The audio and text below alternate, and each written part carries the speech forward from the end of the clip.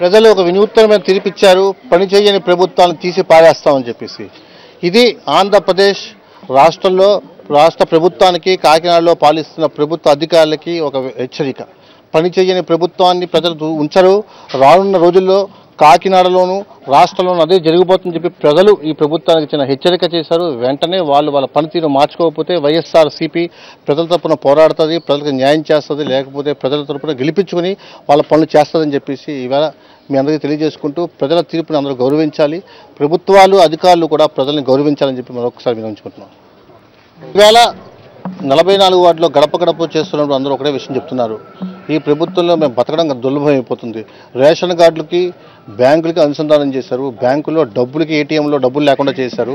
ఎలా బతకాలి అని ప్రశ్నిస్తున్నారు.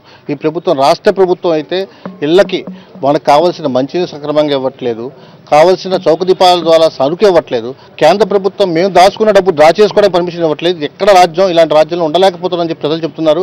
వెంటనే వీళ్ళందరి తరఫున మేము ఒకటే విన్నవిస్తున్నాం. వాళ్ళ హక్కులు కాలరాస్తే వైఎస్ఆర్సీపీ వాళ్ళ తరఫున పోరాడుతుంది.